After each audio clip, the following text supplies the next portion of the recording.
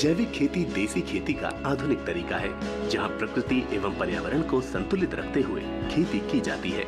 इसमें रासायनिक खाद, कीटनाशकों का उपयोग नहीं कर खेत में गोबर की खाद, कंपोस्ट, जीवाणु खाद, फसल अवशेष, फसल चक्र और प्रकृति में उपलब्ध खनिज जैसे रॉक फॉस्फेट, जिप्सम आदि द्वारा पौधों को पोषक तत्व दिए जाते हैं। जैविक उत्पाद हमारी सेहत के लिए सबसे कारगर हैं। जैविक उत्पाद खाने से तमाम बीमारियां दूर रहती हैं और शरीर स्वस्थ रहता है। खेती की लागत कम आती है और उत्पादन भरपूर मिलता है। यही वजह है कि सरकार की ओर से जैविक खेती को लगातार बढ़ावा दिया जा रहा है। साथ ही हमारे देश के किसान भी अब जैविक खेती के होने वाले फायदों को जानकर इसे अपनाने लगे हैं। आज बात ऐसे ही एक किसान अभिषेक राणा की। अभिषेक राणा अंबाला हरियाणा के रहने वाले एक प्रगतिशील किसान हैं। ये पिछले 4 साल से जैविक खेती कर रहे हैं। इनके पास कुल 28 एकड़ खेत है, जिसमें से 10 एकड़ में वो जैविक खेती करते हैं। जैविक खेती के बारे में इन्होंने अपनी पढ़ाई के दौरान ही सारी जानकारियां इकट्ठी कर ली थी। मैं पिछले 4 सालों से ऑर्गेनिक खेती कर रहा हूँ। ऑर्गेनिक खेती मेरे लिए कोई एक नया कॉन्सेप्ट नहीं था।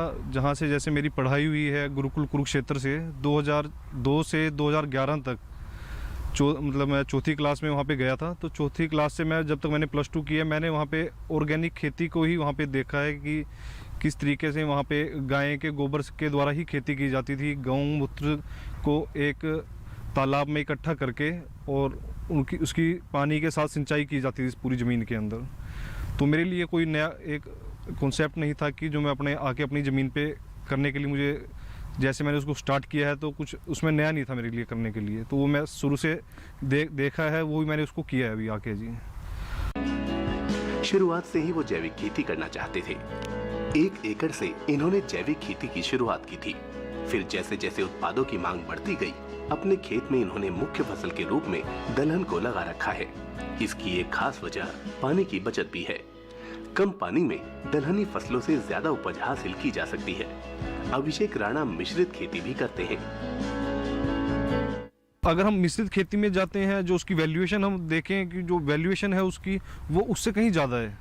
जब हम मिश्रित खेती करते हैं तो एक चीज़ हमारे को, मतलब कि कोई जैसे कि मेरे पास गेंदे का फूल अभी गेहूं में लगा हुआ है, वो मैंने नियर अबाउट ज़्यादा नहीं 10,000 रुपये का फूल मैंने उसमें से निकाल के उसको सेल किया है। अब मेरी गेहूं अभी आने वाली है, उसके बाद मेरा अमरूद भी उसमें तैयार हो रहा है। घर के लिए मेरी मूली जो सब्जी यहाँ से मैं लेके जा रहा हूँ, वो भी इसी प्लाट में लगी हुई है। तो मेरे हिसाब से अगर हम ओवरऑल उसकी एक कैलकुलेशन निकालें तो वो कहीं ज़्यादा है जी। हमारा कॉन्सेप्ट बन गया है रासायनिक के अंदर जाके खेती करने का, कि यहाँ पे हमने अनाज को उगाया और सीधा उसको ट्राली में लोड किया, मंडी में ले गए और अकाउंट में हमारे पैसे आ गए।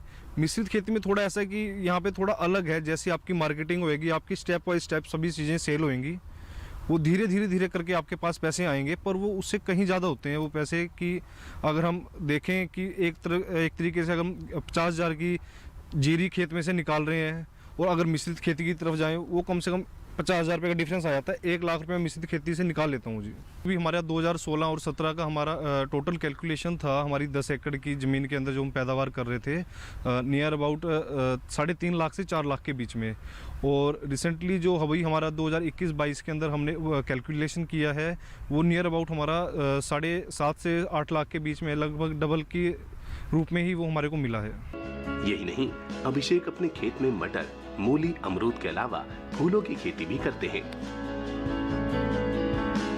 आज से 3 साल पहले मेरी जो मुलाकात है डॉक्टर राजेंद्र जी से हुई, जो केवीके तेपला में एक एज ए ऑर्गेनिक के यहाँ पे हमारे साइंटिस्ट हैं। तो उन्होंने काफ़ी एक अच्छी रूपरेखा मेरे लिए तैयार की, खेतों के लिए कैसे उसका डिज़ाइन करके हमें उसमें मिश्रित खेती करनी है। उन्होंने मेरा काफ़ी सहयोग किया है।